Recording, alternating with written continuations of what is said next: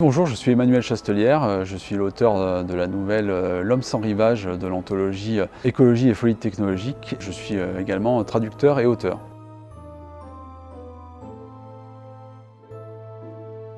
Pour moi, l'écriture est importante parce que je dirais que c'est presque un besoin chez moi de partager des histoires, les histoires que j'ai envie de raconter moi. C'est quelque chose qui remonte à très loin chez moi, même si c'est pas toujours facile et qu'effectivement peut-être que je serais meilleur potier avec de l'entraînement. Ça reste quelque chose qui m'accompagne dans mon quotidien et qui participe à ma vie, c'est devenu une partie intégrante de ma vie.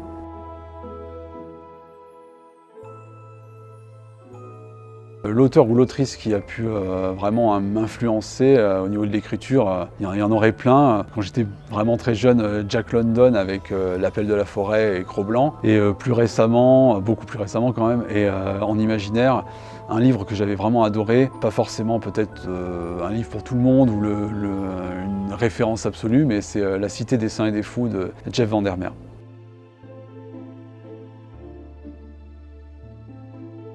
J'ai découvert Oniri grâce à Camille, tout simplement. J'avais entendu parler du projet d'anthologie, et puis c'est vrai que je pensais que j'avais un texte qui collait bien à ce thème de l'écologie et de la folie technologique. Ça s'est fait très naturellement en fait. Puis, je suis très heureux que la nouvelle soit au sommaire de cette anthologie inaugurale finalement. Très heureux d'être bien entouré aussi par mes autres co-auteurs et autrices. C'était super.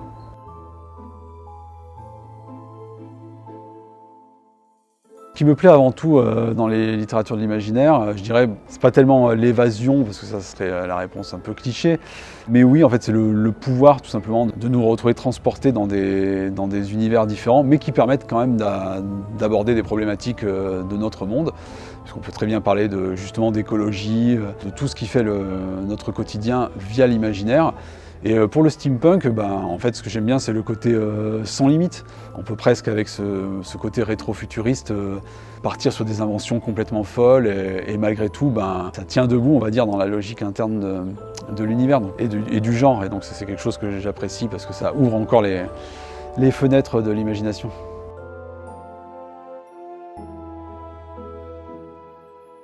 Si je devais choisir 3 mots pour qualifier mon texte, la facilité, ce serait de prendre le titre de la nouvelle, puisqu'il y a 3 mots. L'homme sans rivage, mais je dirais enfance, brisée, mer, MER. Les 2 autres mots, je les choisirais parce que c'est un texte très révélateur sur la formation du personnage qui est au cœur de l'histoire. Là aussi, justement, ça montre qu'on peut faire des passerelles avec ce qui est malheureusement encore en cours aujourd'hui parfois à un certain niveau, donc voilà.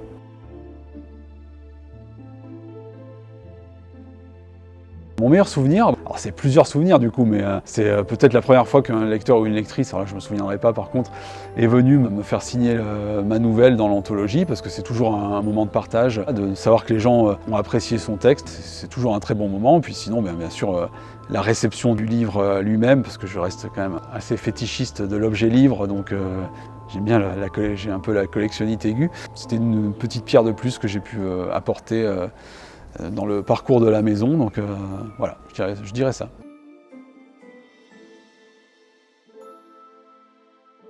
Si je devais donner un conseil à mon moi de 16 ans, ça serait pas un conseil, mais je lui dirais bon courage, mais plus sérieusement, non, je lui dirais de ne pas avoir peur. Ça peut aider dans la vie quand même, comme conseil.